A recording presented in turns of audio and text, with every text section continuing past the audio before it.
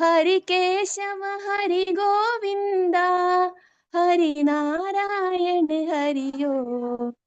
हरि केशव हरि गोविंद हरि नारायण हरियो। वनमाली मुरलीधारी वनमाली मुरलीधारी गोवर्धन गिरिवरधारी गोवर्धन गिरिवरधारी। नित नित कर माखन चोरी गोपी मनहारी। नित नित कर माखन चोरी गोपी मनहारी। हरि सुंदर नंद मुकुंद हरि नारायण हरियो। हरि सुंदर नंद मुकुंद हरि नारायण हरियो। हरि केशव हरि गोविंद हरि नारायण हरियो। हरि केशव हरि गोविंद हरि नारायण हरियो। हरि सुंदर नंद मुकुंद हरि नारायण हरियो। हरि सुंदर नंद मुकुंद हरि नारायण हरियो। हरे कृष्णा।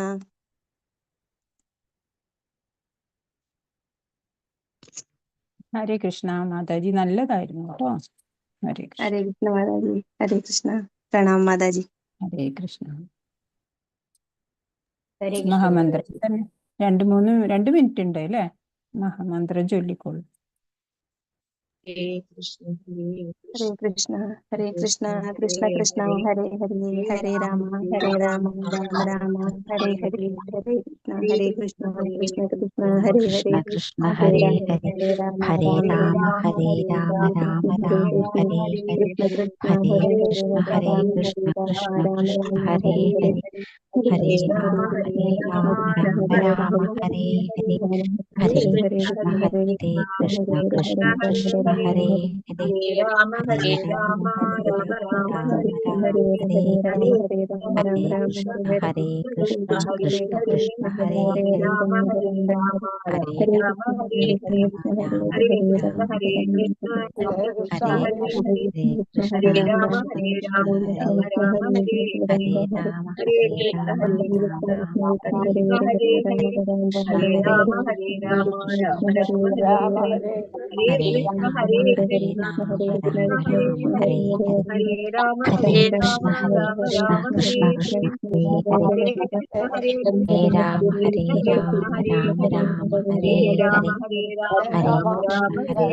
हरे हरे कृष्ण कृष्ण कृष्ण हरे हरे हरे कृष्ण हरे हरे राम हरे राम राम हरे राम राम हरे हरे हरे कृष्ण कृष्ण कृष्ण कृष्ण हरे हरे हरे कृष्ण हरे हरे हरे कृष्ण कृष्ण हरे हरे हरे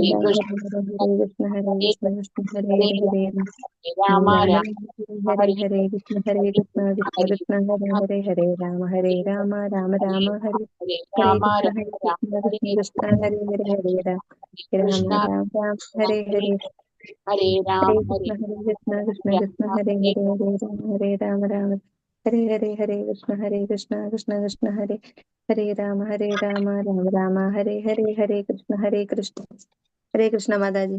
ഹരേ കൃഷ്ണ. हरे माताजी। ഹരേ കൃഷ്ണ. ഓം നമോ ഭഗവതേ വാസുദേവായ. ഓം അജ്ഞാനതിമിരാന്ധസ്യ ജ്ഞാനാഞ്ജനശലാഖയ ചക്ഷുരുന്മീലിതം യേന തസ്മൈ ശ്രീ ഗുരവേ നമഃ. ഹേ കൃഷ്ണ കരുണാ സിന്ധോ ദീനബന്ധോ ജഗത്പദേ ഗോപേശ ഗോപികാകാന്ത രാധാകാന്ത നമോസ്തുതേ. തപ്തകാഞ്ചന ഗൗരാംഗി രാധേ വൃന്ദാവനേശ്വരി വൃഷഭാനുസുതേ ദേവി പ്രണമാമി ഹരിപ്രിയേ. നമോ വിഷ്ണുപാദായ കൃഷ്ണപ്രേഷ്ഠായ ഭൂതലേ ശ്രീമദേ ഭക്തിവേദാന്ത സ്വാമിനിധി നാമിനേ. നമസ്തേ സാരസ്വതേ ദേവേ ഗൗരവാണി പ്രചാരിണേ നിർവിശേഷ ശൂന്യവാദി പാശ്ചാത്യദേശതാരിണേ.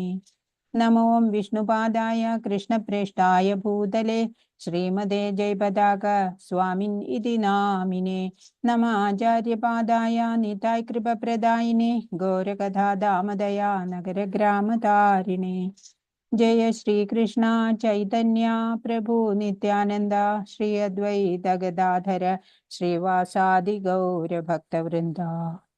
ഹരേ കൃഷ്ണ കൃഷ്ണ കൃഷ്ണ ഹരേ ഹരേ, ഹരേ രാമ രാമ രാമ ഹരേ ഹരേ, ഹരേ കൃഷ്ണ കൃഷ്ണ കൃഷ്ണ ഹരേ ഹരേ, ഹരേ രാമ രാമ രാമ ഹരേ ഹരേ. ശ്രീ ശ്രീ രാധാ ഗോവിന്ദ് കി ജയ്, ശ്രീല പ്രഭുപാദ് കി ജയ്, ഗുരു മഹാരാജ് കി ജയ്. ഹരേ കൃഷ്ണ. എല്ലാ ഭക്തർക്കും സ്വാഗതം. ഹരേ കൃഷ്ണ. കർമ്മയോഗം എന്നുള്ള ആ വിഭാഗം നമ്മൾ പഠിച്ചു കഴിഞ്ഞു അല്ലേ? ഇസ്കോൺ മാംഗ്ലൂരു ടെമ്പിളിൽ നിന്നുള്ള ആ ഭഗവത്ഗീത പഠനത്തെ 7ാമത്തെ ദിനത്തിലേക്ക് നമ്മൾ വന്നു. 1-ാം അധ്യായത്തില് നമ്മൾ എന്താ കണ്ടത്? അർജുനൻ വിഷാദഗ്രസ്തനായിട്ട് ഇരുന്നു പോയി അല്ലേ? തേർത്തട്ടില് ഇരുന്നു, വില്ലൊക്കെ താഴെ വെച്ചിട്ട്. കാർപ്പണ്യദോഷോ ബഹദ സ്വഭാവ പൃച്ഛാമി ത്വാം ധർമ്മസമൂഢ തേജ യശ്രേയസ്യ നിശ്ചിതം ബ്രൂഹി തന്മേ ശിഷ്യസ്തേഹം സ്വാധിമാം ത്വാം പ്രപന്നം. 2-ാം അധ്യായത്തില് അല്ലേ അത് പറഞ്ഞു. ഭഗവാനെ ശരണാഗതി ചെയ്തു അല്ലേ? എന്നെ ശിഷ്യനായി അംഗീകരിക്കൂ, എനിക്ക് ഉപദേശം തരൂ, എനിക്ക് വേണ്ടത് പറഞ്ഞു തരൂ എന്ന്. അപ്പോ ഭഗവാൻ ആത്മാവിനെ കുറിച്ച് ആത്മതത്വം പറയുന്നു അല്ലേ? നൈനം ചിന്തന്തി ശസ്ത്രാണി നൈനം ദഹതി പാവക നയനം ഛേദയന്ത്യാപോ നശോഷതി നമാരുത എന്നല്ലേ? മാരുതനോ അല്ലെങ്കിൽ കാറ്റിനോ ഒന്നും ആത്മാവിനെ ആർക്കും ഒന്നും ചെയ്യാൻ പറ്റില്ല, ഒരു തരത്തിലും നശിപ്പിക്കാൻ സാധിക്കില്ല എന്ന് പറഞ്ഞു. ഇനി 3-ാം അധ്യായത്തിൽ വന്നപ്പോഴോ പരമദിവ്യോത്തമ പുരുഷനായിട്ട് ഉള്ള ഭഗവാനുമായിട്ട് കർമ്മയോഗചര്യയിലൂടെ എങ്ങനെ ഭഗവാനുമായിട്ട് ബന്ധം സ്ഥാപിക്കുക എന്ന്. കാമയേഷ ക്രോധയേഷ രജോ ഗുണസമുദ്ഭവ പറഞ്ഞു. കാമം ക്രോധം ഇവയൊക്കെ അല്ലെ വിജ്ഞാനമാകുന്ന വാളുകൊണ്ട് അറുത്ത് നീക്കണം. ഇവയൊക്കെ എവിടെയാണ് ഇവരുടെയൊക്കെ ലൊക്കേഷൻസ് എന്ന് മനസ്സിലാക്കിയിട്ട് 4-ാം അധ്യായത്തില് ആരാണ് പരമദിവ്യോത്തമ പുരുഷൻ, ആളെ നമുക്ക് എങ്ങനെ അറിയാം എന്ന് ഭഗവാനെയും ജീവാത്മാക്കളെയൊക്കെ കുറിച്ച് അവിടെ പറയുന്നുണ്ട്. തദ്വിധി പ്രണിപാതേന പരിപ്രശ്നേന സേവയ ഉപദേക്ഷ്യന്തി തേ ജ്ഞാനം ജ്ഞാനിനസ്തത്വദർശിന. ഒരു സത്യദർശിയായിട്ടുള്ള ഒരു ആധ്യാത്മിക ഗുരുവിനെ സമീപിച്ച് അദ്ദേഹത്തിനെ സേവിച്ച് അദ്ദേഹത്തിൽ നിന്ന് ചോദിച്ചറിയണം എന്ന് പറഞ്ഞു. പിന്നെ ജന്മകർമ്മ ചമേ ദിവ്യം ഏവം യോ വേത്തി തത്വത. ഭഗവാന്റെ ജന്മം കർമ്മം എല്ലാം ദിവ്യങ്ങളാണ്, ഭൗതികമല്ല. അങ്ങനെ അറിയണം. അങ്ങനെ ഭഗവാനെ കുറിച്ച് അറിഞ്ഞാൽ പിന്നെ ജന്മമില്ല. 5-ാം അധ്യായത്തിൽ വന്നപ്പോൾ ജ്ഞാനം നേടി പരിശുദ്ധനായിട്ട് കർമ്മം യോഗമാക്കി ചെയ്ത് ശാന്തിയും പരമാനന്ദവും എങ്ങനെ നേടാമെന്ന് കണ്ടു. പീസ് ഫോർമുല കണ്ടു. ഭോക്താരം യജ്ഞ തപസാം സർവലോകമഹേശ്വരം സുഹൃദം സർവഭൂതാനാം ജ്ഞാത്വാ മാം ശാന്തി മൃച്ഛതി. ഭഗവാനാണ് എല്ലാവരുടെ സുഹൃത്ത്, അഭ്യുദയകാംക്ഷി അല്ലേ? സർവലോകമഹേശ്വരനായിട്ടുള്ള ആ ഭഗവാൻ നമ്മുടെ സുഹൃത്താണെങ്കിൽ പിന്നെ നമുക്ക് എന്തിനാ ഭയം അല്ലേ? സമാധാനമാണ്, നമ്മൾ കൂളായിട്ട് നമുക്ക് ജീവിക്കാമല്ലോ. പിന്നെ 6-ാം അധ്യായത്തിലാണ് കർമ്മയോഗം, ജ്ഞാനയോഗം, ഭക്തിയോഗം, എല്ലാം ധ്യാനയോഗം, ഇങ്ങനെ 4 യോഗങ്ങളുണ്ട്. അതിൽ ഭക്തി യോഗം ശ്രേഷ്ഠമാണ്. യോഗിനാമപി സർവേഷാം മദ്ഗതേനാന്തരാത്മന ശ്രദ്ധാവാൻ ഭജതേ യോ മാം സമേ യുക്തതമോ മത. ഭഗവാനില് പൂർണ്ണ വിശ്വാസത്തോടെ ഭക്തിയുത സേവനത്തിൽ ഏർപ്പെടുന്ന ആളാണ് ഉത്തമ യോഗി എന്ന് ഭഗവാൻ പറഞ്ഞു തന്നു. അപ്പോ സർവവ്യാപിയും സർവജ്ഞനുമായിട്ടുള്ള ആ പരമാത്മാവിനെ അനുഭവിച്ചറിയുക, അതാണ് നമ്മുടെ ലക്ഷ്യമെന്നുള്ള ഗുരുവാക്യത്തിനെ വിശ്വസിക്കുക. അങ്ങനെ സർവത്ര ആ ഈശ്വരനിൽ തന്നെ മനസ്സ് വെച്ചിരിക്കുന്ന യോഗി സർവശ്രേഷ്ഠനാണ് എന്ന് പറഞ്ഞു. എങ്ങനെ ആണ് നമുക്കും ആ അനുഭവം സാധ്യമാവുക?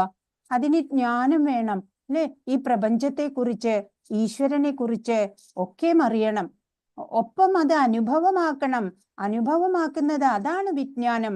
അറിവ് അനുഭവമാക്കുന്നതിലൂടെ ഈശ്വരനിലേക്ക് മനസ്സ് ചേർത്ത് വെക്കുന്ന യോഗ സാധനയ്ക്കാണ് ഭഗവാൻ ഇവിടെ പ്രാധാന്യം കൊടുത്തത്.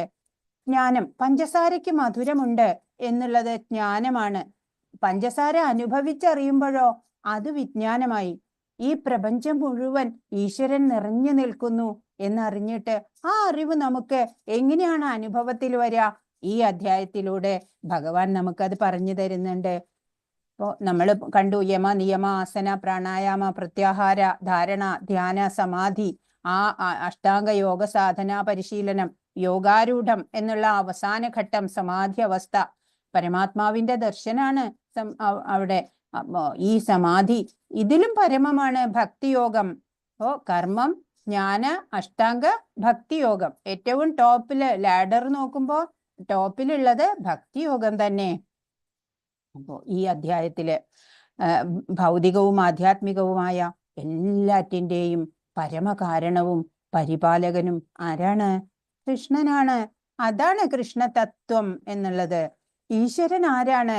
അദ്ദേഹത്തിന്റെ ഐശ്വര്യങ്ങൾ എന്തെല്ലാമാണ് എന്നെല്ലാം ഇവിടെ പറയുന്നുണ്ട്. ഭഗവാനെ കുറിച്ച് കേൾക്കുക, അതുവഴി നമുക്ക് ഭഗവാനെ കുറിച്ചിട്ട് ജ്ഞാനം ഉണ്ടാവും അല്ലേ?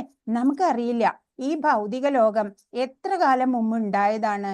ഒരു കോടിക്കണക്കിന് വർഷങ്ങള് മുമ്പാണ് അല്ലെ?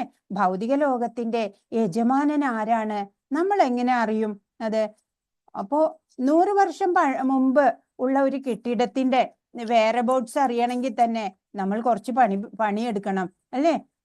ഈ രജിസ്ട്രാർ ഓഫീസിൽ പോയിട്ട് അവിടുത്തെ റെക്കോർഡ്സ് ഒക്കെ പരിശോധിച്ചിട്ട് നമുക്ക് കണ്ടുപിടിക്കാം 100 വർഷം മുമ്പുള്ള ഈ ബിൽഡിങ്ങിന്റെ ഉടമ ആരാണ്. എന്നാൽ 500 വർഷം പഴക്കമുള്ള ഒരു കെട്ടിടത്തിന്റെ അത് ആരുടേത് എന്നെങ്ങനെ നമുക്കറിയാം? അപ്പോള് നമ്മൾ പഴയ ആൾക്കാരെയൊക്കെ ആശ്രയിക്കണം അല്ലെ? നമ്മുടെ മുത്തശ്ശൻ പറഞ്ഞു, എന്റെ മുത്തച്ഛൻ പണ്ട് പറഞ്ഞിട്ടുണ്ട് ഇത് ഇന്നാരുടെ സ്ഥലമാണെന്ന്. അങ്ങനെ കേട്ടറിയാൻ പറ്റും. എന്നാൽ 1000 വർഷം പഴക്കമുള്ള ഒരു ബിൽഡിംഗ് ആണെങ്കിലോ അതറിയാൻ ഒരു വഴിയില്ല അല്ലെ? അപ്പൊ പിന്നെ കോടിക്കണക്കിന് വർഷം പഴക്കമുള്ള ഈ ഭൗതിക ലോകത്തിന്റെ യജമാനനെ എങ്ങനെ നമ്മൾ അറിയും? അതറിയാൻ എന്തെങ്കിലും മാർഗമുണ്ടോ നമുക്ക്?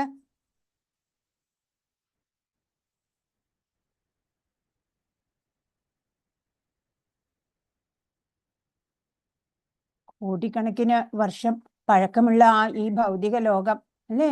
അപ്പോ നമ്മൾക്ക് ഇപ്പൊ അറിയാനായിട്ട് 3 പ്രമാണങ്ങളിലൂടെ നമ്മൾ സാധാരണ കാര്യങ്ങളെയൊക്കെ വിലയിരുത്തുന്നത്.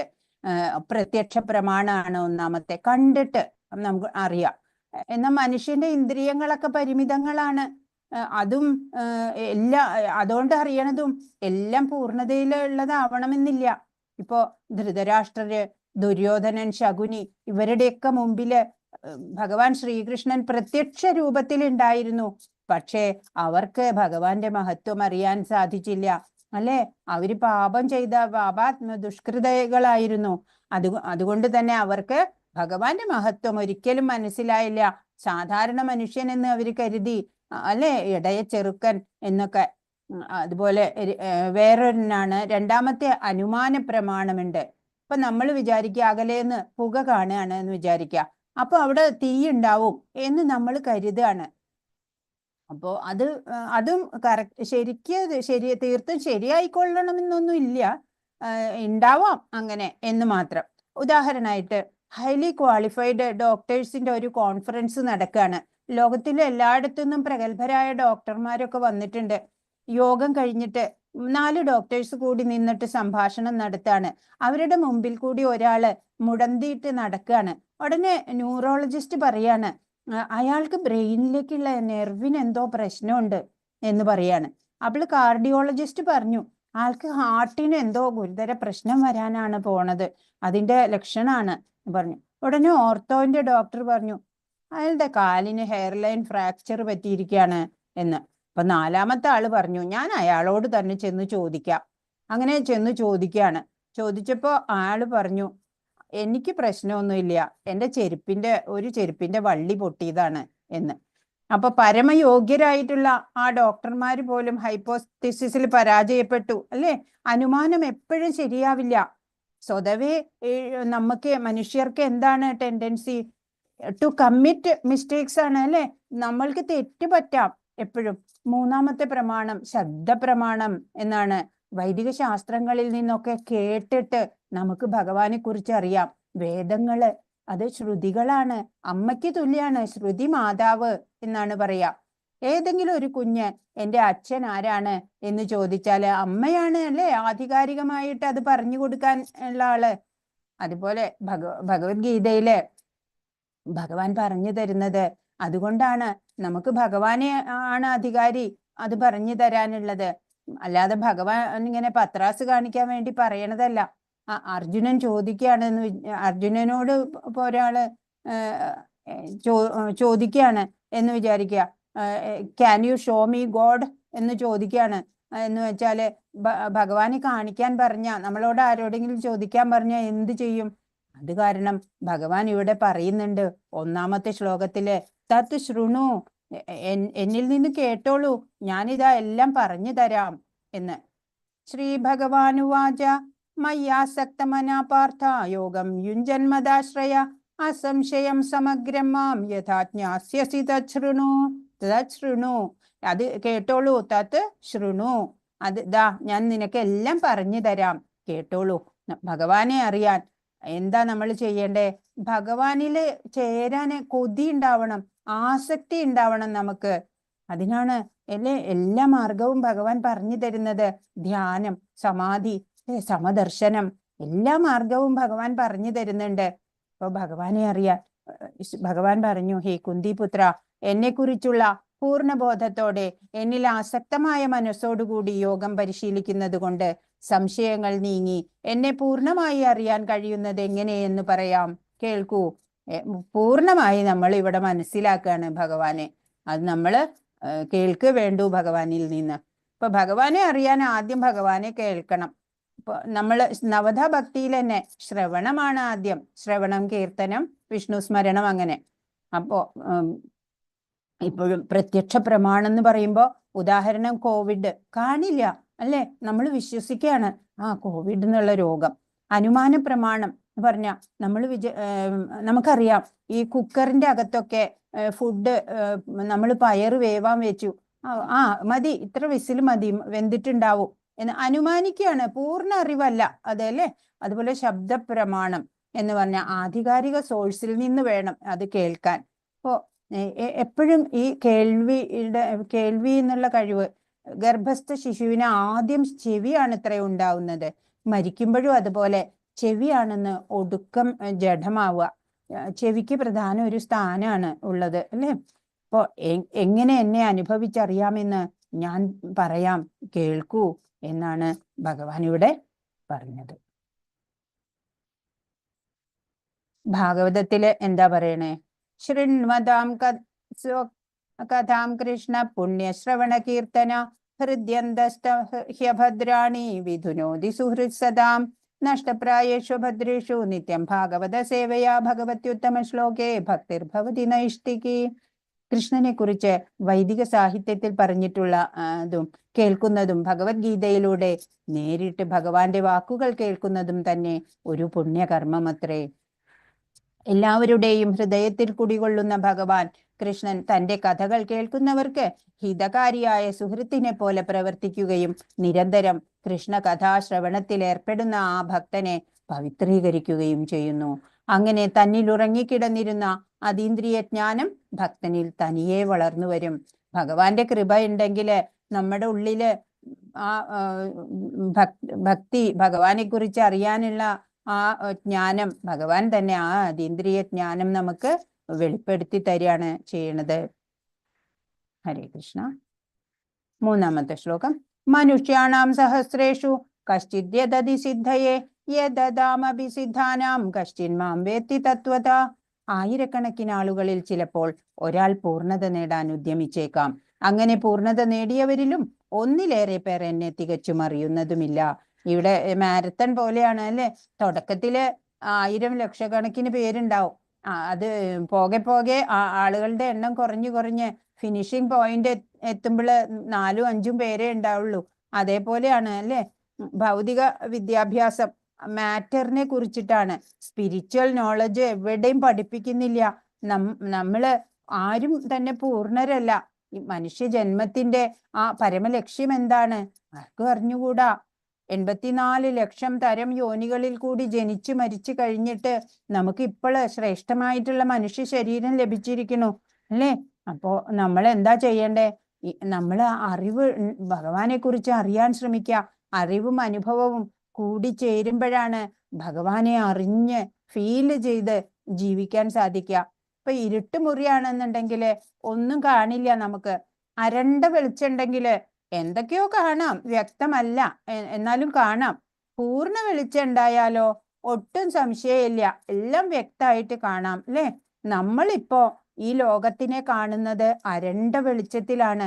കുറച്ചൊക്കെ എന്തോ അറിയാം. ആത്മീയത എന്ന് പറയണത് സംശയലേശമന്യേ നമുക്ക് അറിഞ്ഞുകൂടാ. അതെങ്ങനെ അറിയാം? അതാണ് ഭഗവാൻ ഇവിടെ നമുക്ക് പറഞ്ഞു തരുന്നത്.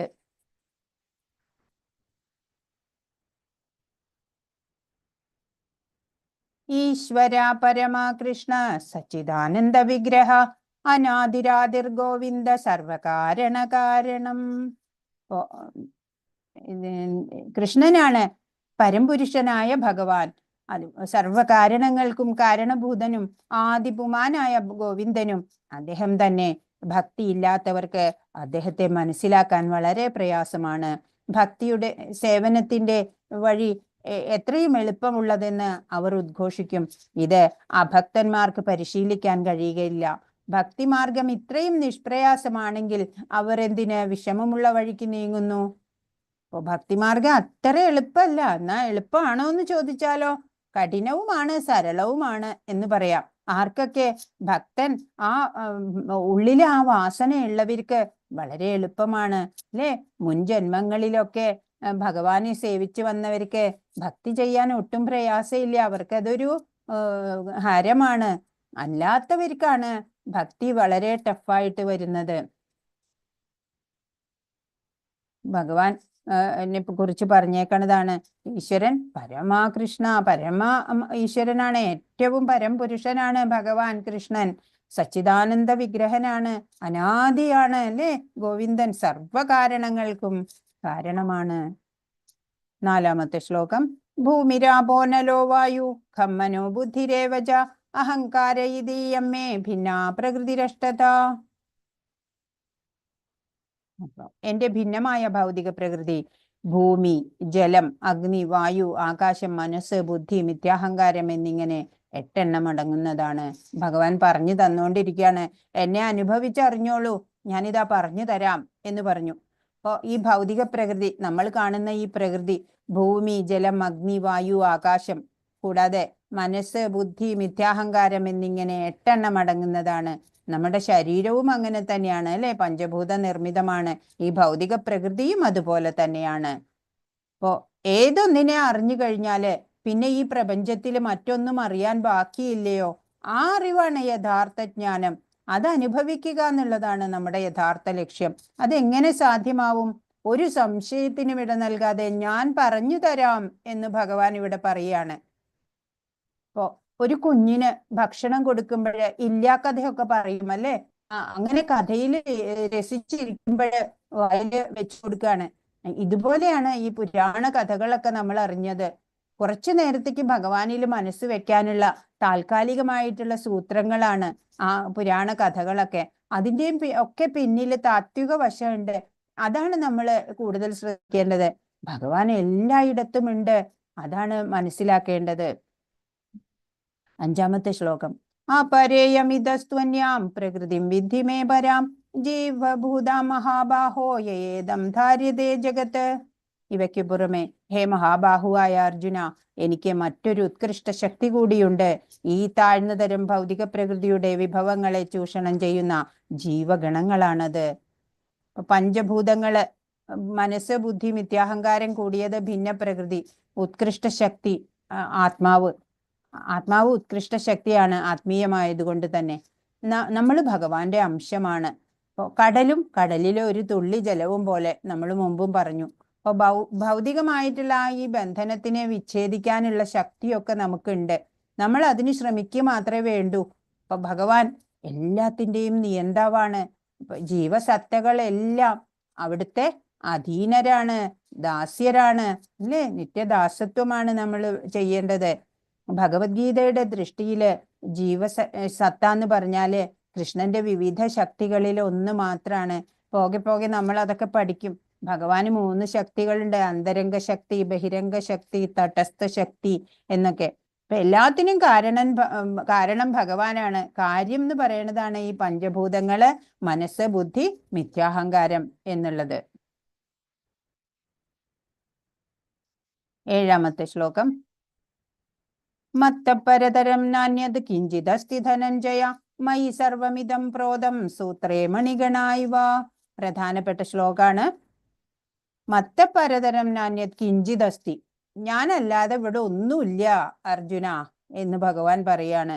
എല്ലാം മയി സർവമിതം പ്രോതം സൂത്രേ മണിഗണായിവ. മണികള്, ഒരു സൂത്രം എന്ന് പറഞ്ഞ നൂല്, ചരട്, ഒരു ചരടിൽ കോർക്കപ്പെട്ടതുപോലെ ഇവിടെയുള്ള എല്ലാം എന്നാലെ നിയന്ത്രിതമാണ് എന്നാണ് ഭഗവാൻ ഇവിടെ പറഞ്ഞു തരുന്നത്.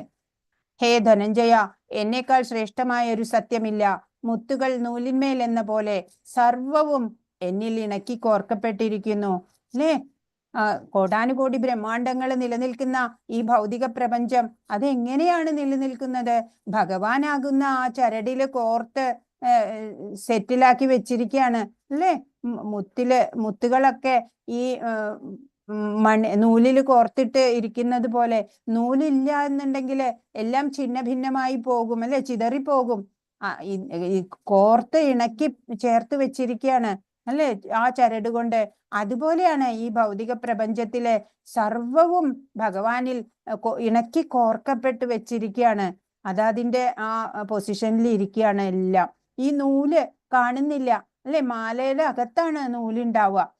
നൂലില്ല എന്നുണ്ടെങ്കില് എല്ലാം താറുമാറായി പോവും. കാരണോദകശായി വിഷ്ണുവിന്റെ രോമകൂപത്തിൽ നിന്ന് ബ്രഹ്മാണ്ടങ്ങള് ശ്വാസോച്ഛ്വാസത്തിലൂടെ ഉത്ഭവിക്കുന്നു. അവയെല്ലാം നിലനിർത്തുന്നത് ഭഗവാൻ തന്നെ, അല്ലേ? ഇപ്പോ എങ്ങനെയാണ് ഭഗവാൻ ഉണ്ടെന്നറിയാൻ ഒരു ഉദാഹരണത്തിലൂടെ പറയുകയാണെന്നുണ്ടെങ്കില്, വീട്ടില് കോളേജിൽ നിന്ന് ഒരു മകൻ വരികയാണ്.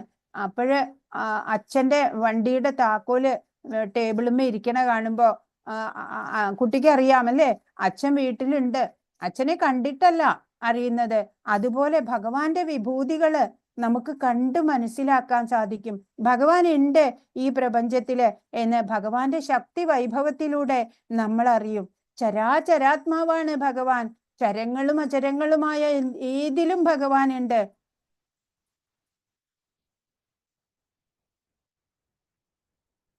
എട്ടാമത്തെ ശ്ലോകം. രസോഹമപ്സു കൗന്ദേയ പ്രഭാസ്മി ശശി സൂര്യയോ പ്രണവ സർവവേദേഷു ശബ്ദഖേ പൗരുഷം നൃഷു. കൗന്ദേയ, രസോഹമപ്സു, ആപ എന്ന് പറഞ്ഞ വെള്ളത്തിന്റെ രസം, അത് ഞാനാണ് അർജുന. പ്രഭാസ്മി ശശി സൂര്യയോ, സൂര്യചന്ദ്രന്മാരുടെ പ്രകാശം, അത് ഞാനാണ്. പ്രണവ സർവവേദേഷു, പ്രണവം, ഓങ്കാരം, വേദങ്ങളിലെ ഓങ്കാരം, അത് ഞാനാണ്. ശബ്ദഖേ പൗരുഷം നൃഷു, ആകാശത്തിലെ ശബ്ദം, അത് ഞാനാണ്. നരന്മാരുടെ പൗരുഷം അല്ലെങ്കിൽ സ്ത്രീകളുടെ സ്ത്രീത്വം എന്നും വേണമെങ്കിൽ പറയാം. അങ്ങനെയുള്ള ആ നന്മകളെല്ലാം അതെല്ലാം ഞാനാണ് അർജുന എന്നാണ് ഇവിടെ പറഞ്ഞു തരുന്നത്. ഹേ കുന്തിപുത്ര, ജലത്തിലെ രസവും സൂര്യചന്ദ്രന്മാരിലെ പ്രകാശവും വേദമന്ത്രങ്ങളിലെ പ്രണവവും ആകാശത്തിലെ ശബ്ദവും പുരുഷന്റെ പൗരുഷവും ഞാനാകുന്നു. ഒരു കുട്ടി ദാഹിച്ചു വലഞ്ഞു വരുമ്പോ വെള്ളം കുടിക്കുമ്പോഴ് നല്ല രുചിയാണ് വെള്ളത്തിന്. അപ്പൊ നമ്മൾ മനസ്സിലാക്കണം ഭഗവാന്റെ സാന്നിധ്യം, ഭഗവാനെ നമ്മൾ ഫീൽ ചെയ്യണം. അപ്പോഴ് അല്ലേ, എങ്ങനെ ഭഗവാനെ എപ്പോഴും ഓർക്കാൻ പറ്റും? നമ്മൾ കുടിക്കുന്ന ജലത്തിന്റെ രുചി അത് ഭഗവാനാണ്. സൂര്യചന്ദ്രന്മാരുടെ പ്രകാശം, ഓങ്കാരം എല്ലാം ഭഗവാനാണ്. ഹരേ കൃഷ്ണ മഹാമന്ത്രം നോക്കൂ, അതിൽ ഓം ഇല്ല. എന്തുകൊണ്ടാണ്? കൃഷ്ണൻ ഉണ്ടെങ്കിൽ പിന്നെ ഓം വേറെ വേണ്ട, അല്ലേ? അതിലെല്ലാം ഉണ്ട്. അപ്പൊ നമ്മുടെ കഴിവുകള് ഭഗവാനാണ്. മിടുക്കരായിട്ട് പെർഫോം ചെയ്യുന്നത് ഭഗവാന്റെ ശക്തി കൊണ്ടാണ്. ഇക്കോ എന്നൊക്കെ നമ്മൾ പറയുന്നതാണ് ആകാശത്തിലെ ശബ്ദം, ഇടിവെട്ടണതെന്നോ എന്ത് വേണമെങ്കിലും നമുക്ക് അനുമാനിക്കാം.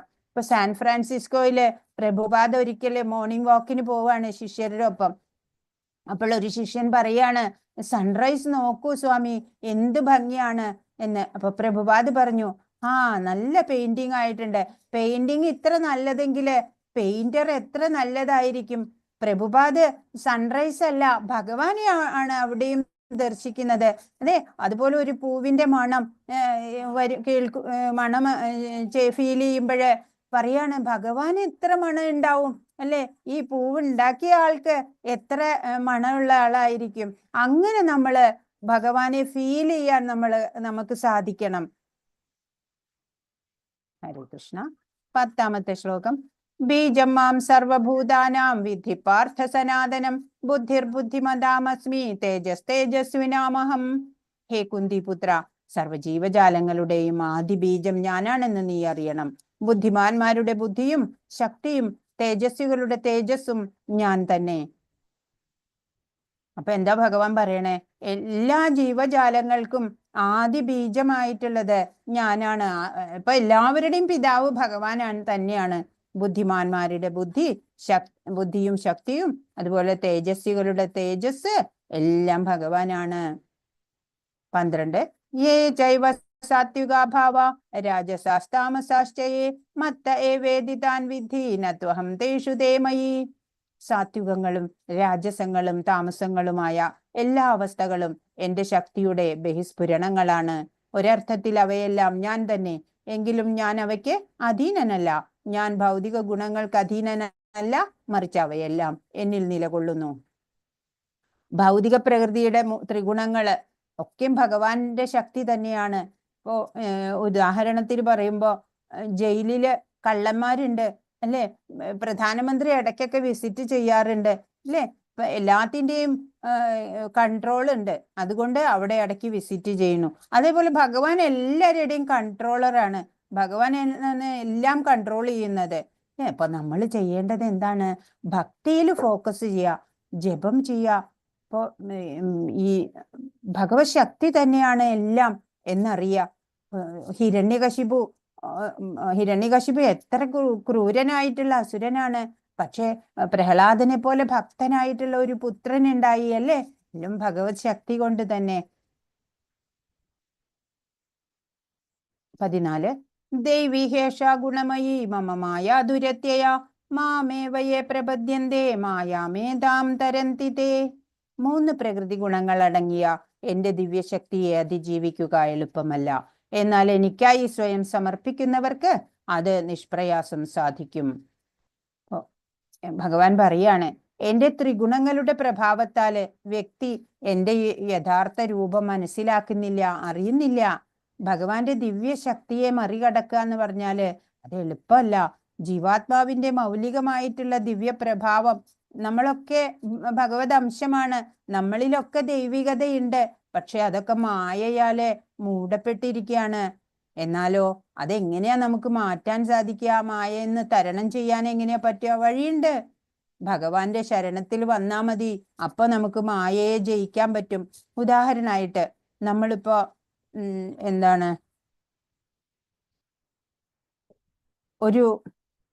ഒരു വീട്ടിലൊരു നായ ഉണ്ട് വിചാരിക്കുക. അടുത്ത വീട്ടിൽ നായ ഉണ്ട്. അപ്പൊ നമുക്ക് ആ വീട്ടിൽ പോകണം.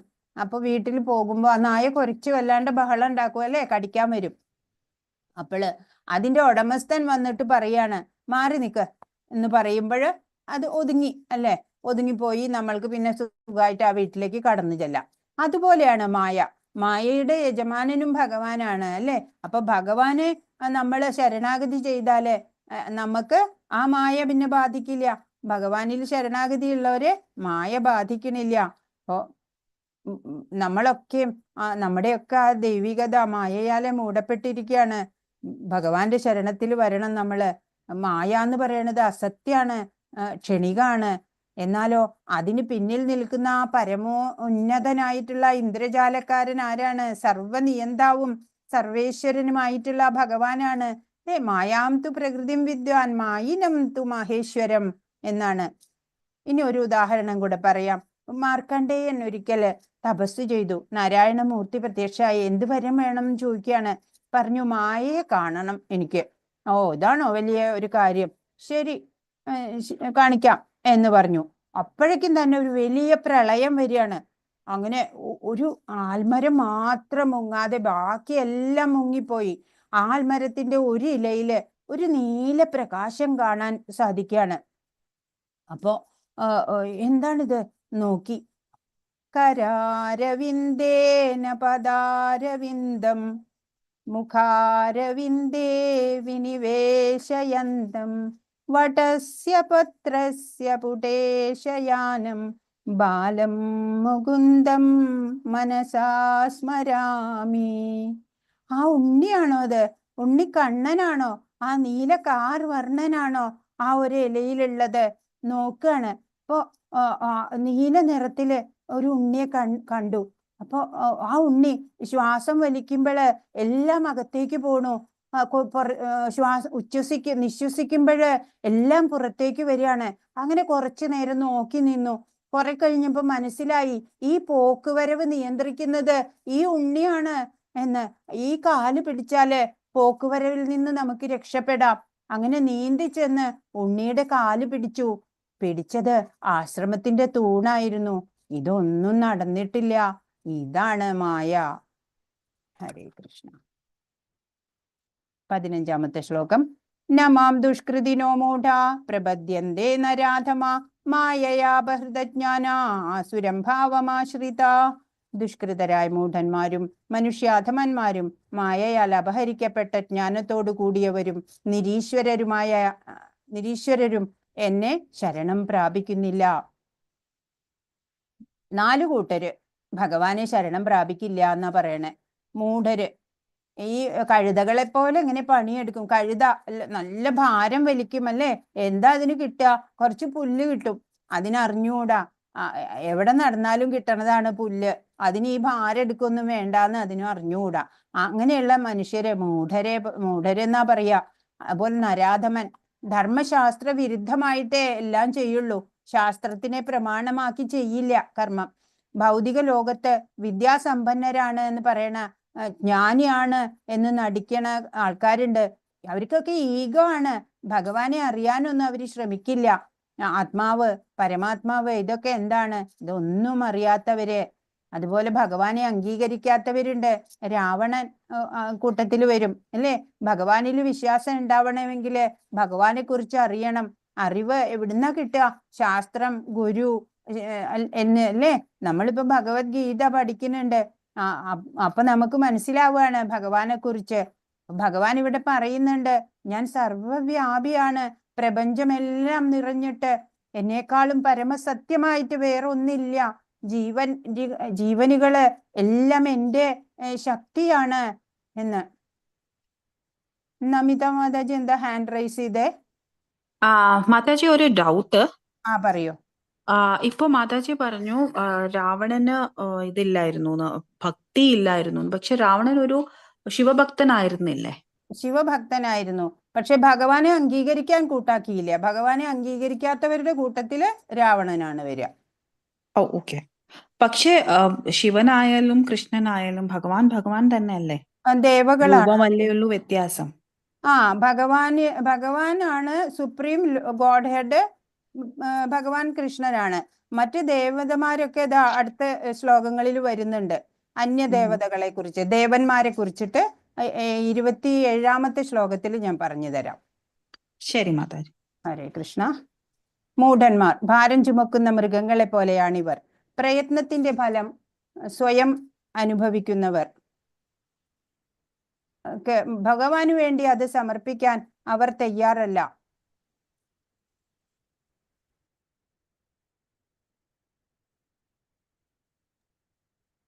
ഇതിനുള്ള മികച്ച ഉദാഹരണം കഴുതയാണ്. നരൻ എന്നാൽ മനുഷ്യൻ, അധമൻ ഏറെ താണവനും. ഭഗവത്ഗീത ശ്രവണം കൊണ്ട് നരാധമന്മാർക്ക് പോലും മുക്തി നേടാം. പക്ഷേ നിർഭാഗ്യവശാൽ ഇത് കേൾക്കാൻ പോലും അവർ വിസമ്മതിക്കുന്നു. നരാധമന്മാര് ഭഗവാനെ കുറിച്ച് അറിയണ്ട. അവർക്ക് ദുഷ്കൃതികള് മായയാൽ അപഹരിക്കപ്പെട്ട ജ്ഞാനത്തോടു കൂടിയവരാണ്. മായികമായ ഭൗതിക ശക്തിയാൽ അവരുടെ ആർജിത ജ്ഞാനമെല്ലാം നഷ്ടപ്പെട്ടിരിക്കുന്നു. അങ്ങനെ മായ ആർജിതനാണ്. ആ ദുഷ്കൃതിയിൽ പെടുന്ന ആളാണ് രാവണൻ. ആൾക്ക് അറിവുണ്ട്. പക്ഷേ ആ അറിവൊക്കെ നഷ്ടപ്പെട്ട് മായയാൽ അപഹരിക്കപ്പെട്ട് അതെല്ലാം നഷ്ടപ്പെട്ടിരിക്കുന്നു. മായാശക്തി അവരെ വഴിതെറ്റിക്കുകയാൽ അവർ ഭഗവാനെ അനുസരിക്കാതിരിക്കുകയും ചെയ്യുന്നു. ഇതിന്റെ ഉദാഹരണം രാവണൻ. അസുര സ്വഭാവികൾ അഥവാ ആസുരം ഭാവമാശ്രിതരാണ്. നാലാമത്തെ ദുഷ്കൃതികൾ. ഇവർ തികച്ചും നാസ്തികരാണ്. ഭഗവാനേ ഇല്ല എന്ന് കരുതുന്നവരാണ് അവര്. 16ാമത്തെ ശ്ലോകം. ചതുർവിധാ ഭജന്തേ മാം ജനാ സുഹൃതിനോർജുന ആർത്തോ ജിജ്ഞാസുരർത്ഥാർത്ഥി ജ്ഞാനീ ച ഭരതർഷഭ. ഹേ ഭരതകുലശ്രേഷ്ഠ, സുഹൃതികളായ 4 കൂട്ടരാണ് എന്നെ ഭജിക്കുന്നത്. ദുഃഖിതൻ, ധനകാംക്ഷി, ജിജ്ഞാസു, പരമസത്യത്തെ അന്വേഷിക്കുന്ന ജ്ഞാനി. അപ്പൊ 4 കൂട്ടർ എന്നെ ആശ്രയിക്കുന്നില്ല. ഇതാ 4 കൂട്ടർ എന്നെ ആശ്രയിക്കുന്നവര്. അവരെ കുറിച്ച് ഇവിടെ ഭഗവാൻ പറയാണ്. സുഹൃതികളായ 4 കൂട്ടര് ആരൊക്കെയാണ്? ദുഃഖിതര്, എന്തെങ്കിലും ദുഃഖം വരുമ്പോഴ് ഭഗവാനെ ആശ്രയിക്കുക. ധനകാംക്ഷി, എന്തെങ്കിലും ആസ്തികളൊക്കെ വേണം എന്ന്, ജോലി വേണം, മകൾക്ക് കല്യാണം വേണം, അങ്ങനെയൊക്കെ പറഞ്ഞ് ധനകാംക്ഷിയായിട്ടുള്ളവര്.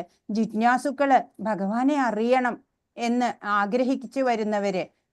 പരമസത്യത്തെ അന്വേഷിക്കുന്ന ജ്ഞാനി, ഭഗവാനോട് ആസക്തിയാണ്, അറിവുണ്ട്, കൂടുതൽ പൂർണ്ണ ജ്ഞാനം നേടണം. അങ്ങനെ 4 കൂട്ടര് ഭഗവാനെ ഭജിക്കുന്നുണ്ട്. മുമ്പ് പറഞ്ഞ 4 കൂട്ടര് ഭഗവാനെ ആശ്രയിക്കാത്ത ദുഷ്കൃതികള്, ഇവര് സുകൃതികള്. ഇപ്പോ സത്സംഗം കൊണ്ട് ഏത് ഒരാൾക്കും ഉയരാം. ധ്രുവൻ കാമ്യവനത്തിലെ 6 മാസം പഴങ്ങൾ മാത്രം കഴിച്ച് 5 വയസ്സായ കുട്ടിയാണ് അല്ലെ ധ്രുവൻ. 6 മാസം പഴങ്ങൾ മാത്രം, പിന്നീട് ഉണങ്ങിയ ഇലകള്, പിന്നെ ജലം മാത്രം, പിന്നെ ശ്വാസം മാത്രം, പിന്നെ ശ്വാസം പോലും ഇല്ലാതെ തപസ്യ ചെയ്യാണ്. അപ്പോ എന്താണ് ആവശ്യം? ബ്രഹ്മാവിനേക്കാൾ ഉയർന്ന സ്ഥാനം വേണം. അതാണ്. ഭഗവാനെ കണ്ടു. ഭഗവാനെ കണ്ടപ്പോഴോ മറ്റൊന്നും വേണ്ട, ഭഗവാനെ മതി അല്ലേ? അതുപോലെ ശ്രീശുകൻ വ്യാസപുത്രൻ ആണ്. 16 വർഷം അമ്മയുടെ ഗർഭത്തില് കിടക്കാണ് അല്ലെ? വേദിക അമ്മ പുറത്ത് വരണ്ട. അപ്പൊ ഭഗവാൻ വന്നിട്ട് പറഞ്ഞു, എന്താണ്? അപ്പൊ ഭൗതികത ബാധിക്കും എന്ന്. ഇല്ല, പുറത്തു വന്നോളൂ, മായ ബാധിക്കില്ല എന്ന് ഉറപ്പ് കൊടുത്തു. ഇവിടെ എല്ലാം കഥകളാണ്. മുഴുവൻ പറയാൻ നമുക്ക് സമയക്കുറവുണ്ടാവും. പിന്നീട് ഓരോ അവസരത്തില് പറയാം. ഇത് ഗജേന്ദ്രനാണ്, ഗജേന്ദ്ര മോക്ഷം.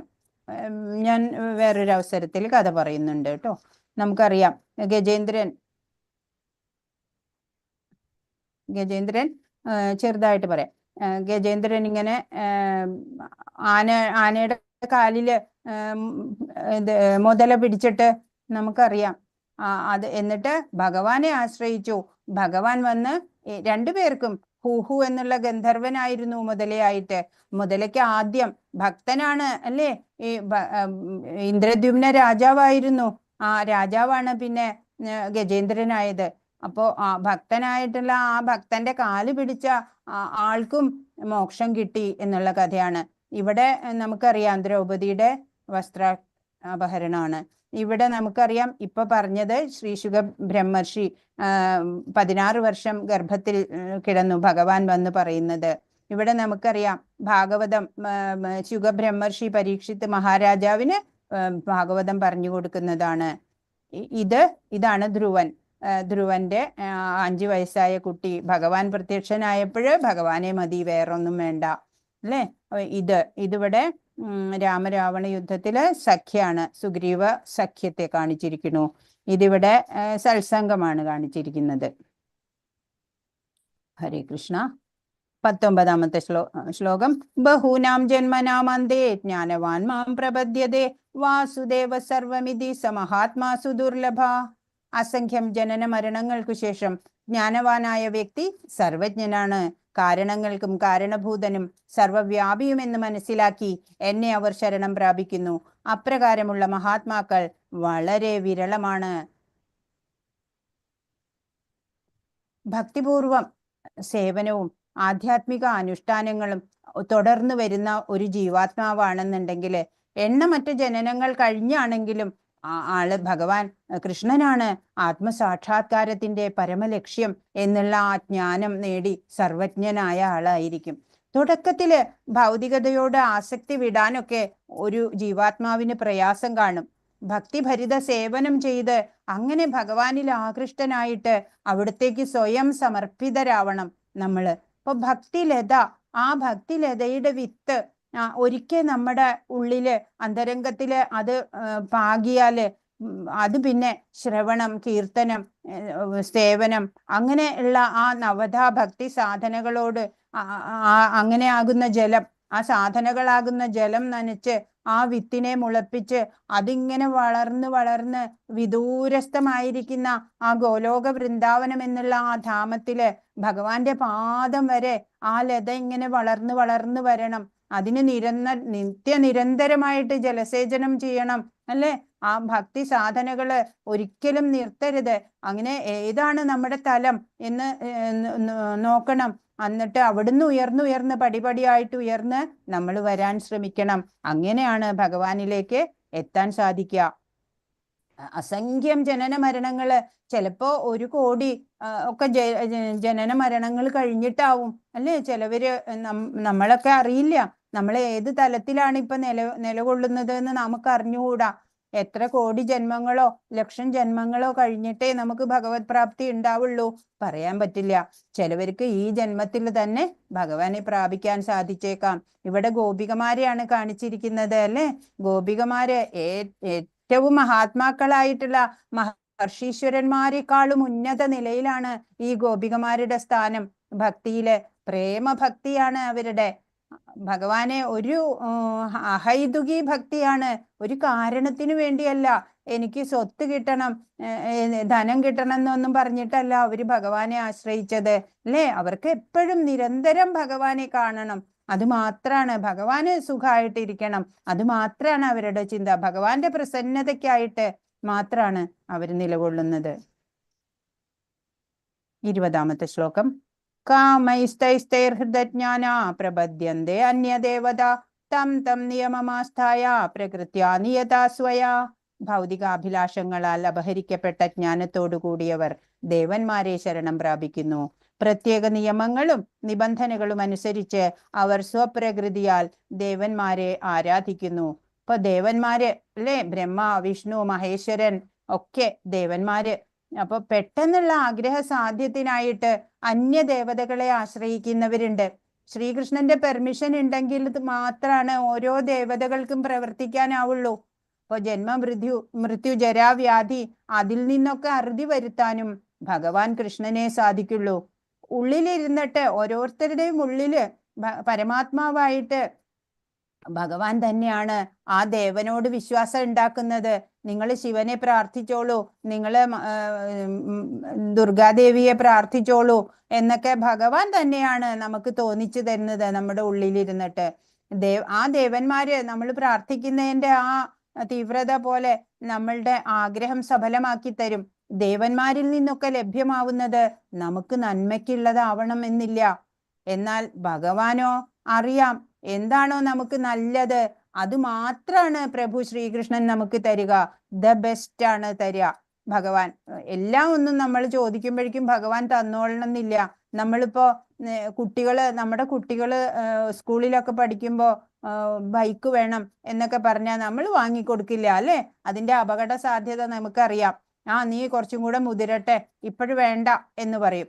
അതുപോലെയാണ് നമ്മൾ ആഗ്രഹിക്കുന്നത് ഒക്കെ അപ്പോഴപ്പോഴ തന്നെ ഭഗവാൻ തന്നു എന്ന് വരില്ല. കാരണം നമുക്കത് നമ്മുടെ നന്മയ്ക്കായിരിക്കില്ല. നന്മയ്ക്കുള്ളത് മാത്രാണ് ഭഗവാൻ നമുക്ക് തരിക. പക്ഷെ അന്യദേവതമാര് അങ്ങനെയല്ല. നമ്മള് അവർക്ക് വേണ്ടി യജ്ഞങ്ങള്, കർമ്മങ്ങള് ഒക്കെ, പൂജാദികളൊക്കെ ചെയ്യുന്നതിനനുസരിച്ച് അവർ ചിലപ്പോ നമ്മൾ ആഗ്രഹിച്ചതൊക്കെ തന്നു എന്നിരിക്കും. അതെല്ലാം നമുക്ക് നന്മയ്ക്കായിക്കൊള്ളണമെന്നില്ല.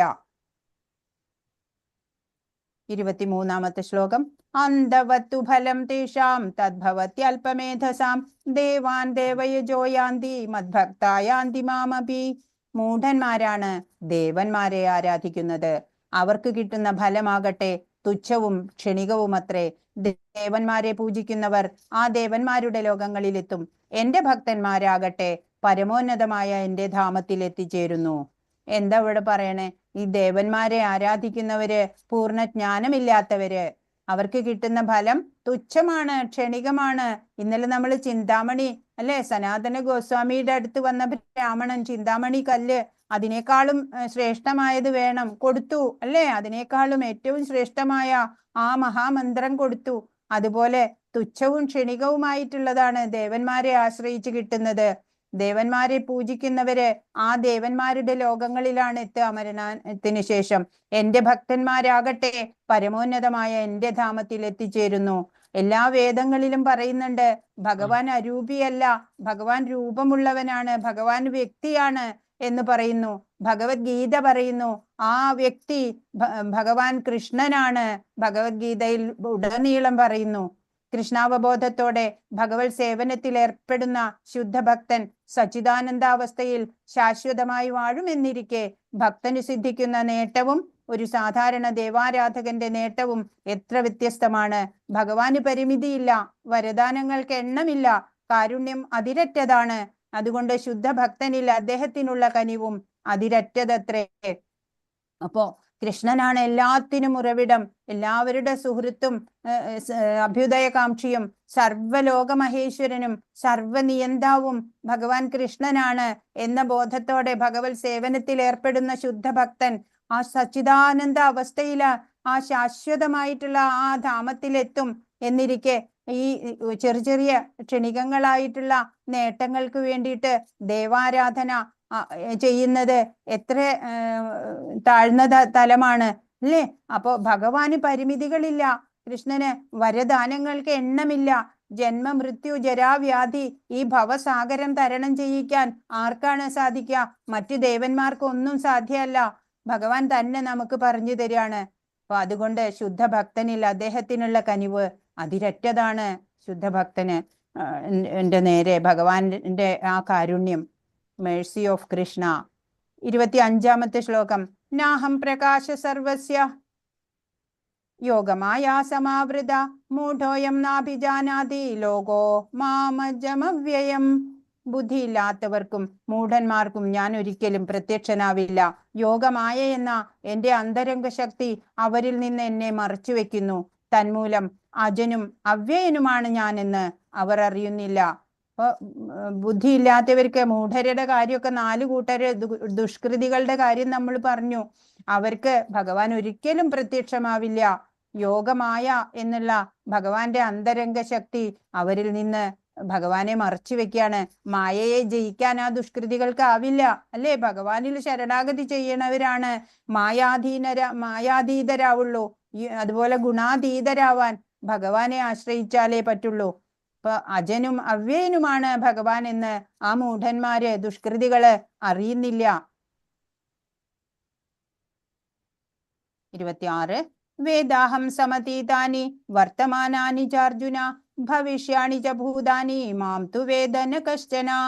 ഹേ അർജുന, പരമപുരുഷനായ എനിക്ക് പണ്ടുണ്ടായതും ഇന്ന് സംഭവിക്കുന്നതും മേലിൽ വരാൻ പോകുന്നതുമായ എല്ലാം അറിയാം. എല്ലാ ജീവാത്മാക്കളും എനിക്ക് സുപരിചിതരാണ്, പക്ഷെ എന്നെ ആർക്കും അറിയാൻ വയ്യ. വേദാഹം സമതീതാനി, എല്ലാം ഭഗവാനാ. വേദാഹം, എല്ലാം ഞാൻ അറിയുന്നു. എല്ലാ ജീവികളുടെയും പണ്ടുണ്ടായതും ഇനി സംഭവിക്കാൻ പോണതും എല്ലാം, ഇപ്പോഴത്തെയും എല്ലാം, അത് എല്ലാവരുടെയും എല്ലാ ജീവികളുടെയും ഭഗവാനെ അറിയാം അല്ലേ. എല്ലാ ജീവാത്മാക്കളും ഭഗവാന്റെ ഇഷ്ടക്കാരാണ്, സ്വന്തം സുഹൃത്തുക്കളാണ്, സുപരിചിതരാണ് അല്ലേ. പക്ഷേ ഭഗവാനെ ആർക്കും അറിയണില്ല. അതാണ് ഇവിടെ ഭഗവാൻ പറയണത്.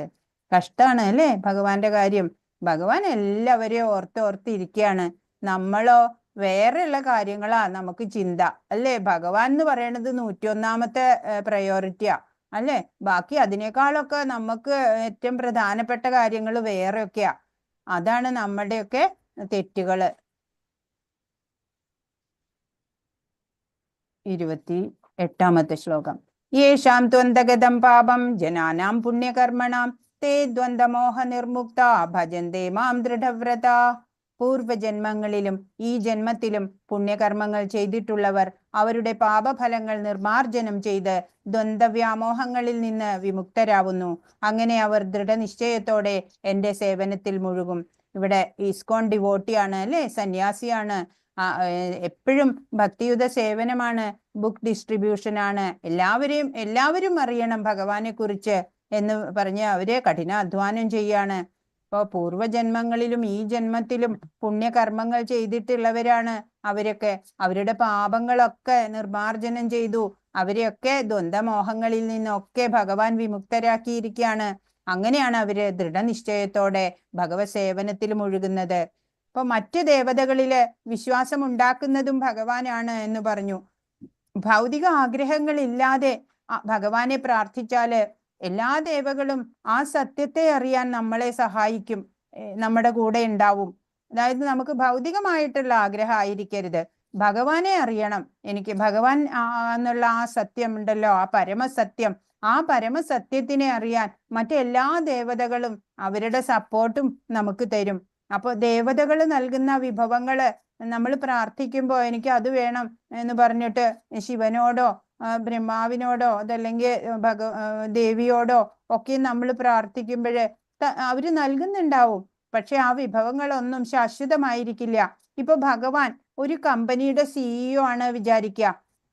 അപ്പോ കീഴില് ഫൈനാൻസ്, HR, ടെക്നിക്കൽ, അങ്ങനെ പല ഡിപ്പാർട്ട്മെന്റ് ഉണ്ടാവും അല്ലേ? ഇവിടെ ഇപ്പോ നമ്മുടെ ഭൗതിക പ്രപഞ്ചത്തില് നോക്കുകയാണെങ്കിൽ ഹോം മിനിസ്റ്റർ ആയിട്ടുള്ളത് ദുർഗാദേവിയാണ്, എഡ്യൂക്കേഷൻ മിനിസ്റ്ററോ സരസ്വതി ദേവിയാണ്, ഫൈനാൻസ് മിനിസ്റ്റർ ഇവിടെ കുബേരനാണ്, ഓരോരോ ഡിപ്പാർട്ട്മെന്റ് കൈകാര്യം ചെയ്യുന്നത് ഓരോരുത്തരാണ്. അവരൊക്കെ സുപ്രീം ഗോഡ് ഹെഡ് എന്ന് പറഞ്ഞാൽ ഭഗവാനാണ്. അവരെയൊക്കെ ഭഗവാൻ നിയോഗിച്ചിരിക്കുകയാണ് ഓരോരോ പ്രവൃത്തി മണ്ഡലങ്ങൾ കൊടുത്തിട്ട് അല്ലേ? അപ്പോ ഈ തത്വം ഉണ്ടല്ലോ, ഈ ഭഗവത് തത്വം, ഈ രഹസ്യമായിട്ടുള്ള ഈ തത്വം ഭക്തിയോഗം ഭക്തിയോഗം ശീലിക്കുന്നവർക്കേ ആ രഹസ്യം മനസ്സിലാക്കാൻ സാധിക്കുള്ളൂ. അതാണ് ഈ മാതാജി ചോദിച്ച സംശയത്തിന് ഇപ്പോ വ്യക്തമായോന്ന് അറിയില്ല. വ്യക്തത വന്നോ? സംശയം കുറച്ച്. ഇനി എന്താണ് സംശയം? അല്ല മാതാജി, അത് ഒരൊറ്റ ക്വസ്റ്റ്യൻ. മാതാജി ഞാൻ എഗ്രി ചെയ്യുന്നു, ഭഗവാനാണ് സർവം, ഭഗവാനാണ് നമ്മുടെ മനസ്സിൽ. മറ്റ് ദേവതകൾക്ക് വേണ്ടിയിട്ട് ഇപ്പൊ നമ്മൾക്ക് ഒരു ഇഷ്ടദേവത ഉണ്ടെങ്കിൽ ആ ഇഷ്ടദേവതയുടെ ഇഷ്ടം ഭഗവാനാണ് ഉണ്ടാക്കുന്നത്, അത് ശരി. പക്ഷേ ഒരു ഇടത്ത് ഞാൻ പണ്ട് വായിച്ചിരുന്നു എന്ന് പറഞ്ഞാല്, ഞാൻ ആർക്കും എഗെയിൻസ്റ്റ് അല്ല പറയുന്നത്, ഒരു ഇതില് വായിച്ചത് എന്ന് പറഞ്ഞാല് ശിവൻ എന്ന് പറയുന്നത് മഹേശ്വരനാണ്, ദൈവങ്ങളുടെ ദൈവമാണ്. അതുപോലെ ഭഗവാന്റെ ആരാധ്യ ദൈവം കൃഷ്ണനായാലും വിഷ്ണു ആയാലും ഭഗവാന്റെ ആരാധ്യ ദൈവം ശിവനാണ് എന്നാണ് ഒരിടത്ത് വായിച്ചിട്ടുള്ളത്. അപ്പൊ അതൊരു കോൺട്രഡിക്ഷൻ ഇവിടെ തോന്നുന്നു. അത് ഭഗവാൻ ഏറ്റവും വലിയ, ഏറ്റവും പരമോന്നതനായിട്ടുള്ള ശ്രീകൃഷ്ണ ഭക്തൻ ആരാണ്? പരമശിവനാണ്. അത് കറക്റ്റ്. ഏറ്റവും വലിയ ശിവഭക്തൻ ആരാണ്? ഭഗവാൻ ശ്രീകൃഷ്ണനാണ്. അതാണ് ഒരു ഡൗട്ട് വന്നത്. ശ്രീകൃഷ്ണനാണ്. ആരും അങ്ങനെ ഭഗവാൻ ശിവൻ മോശമാണ് എന്നല്ല ഇവിടെ ഉദ്ദേശിച്ചത്. പക്ഷെ പരമ അവതാരിയാണ് ഭഗവാൻ ശ്രീകൃഷ്ണൻ. അതിൽ നിന്ന് വന്നതാണ് മറ്റ് ദേവതകളൊക്കെ ഭഗവാന്റെ അംഗങ്ങളായിട്ടുള്ളവരാണ്. ഭഗവാന്റെ എന്താ പറയാ, അതർ ഡിപ്പാർട്ട്മെന്റ്സ് കൈകാര്യം ചെയ്യാൻ വേണ്ടി നിയോഗിക്കപ്പെട്ടവരാണ് അവരൊക്കെ എന്ന് ഭഗവാൻ തന്നെയാണ് പറയുന്നത്.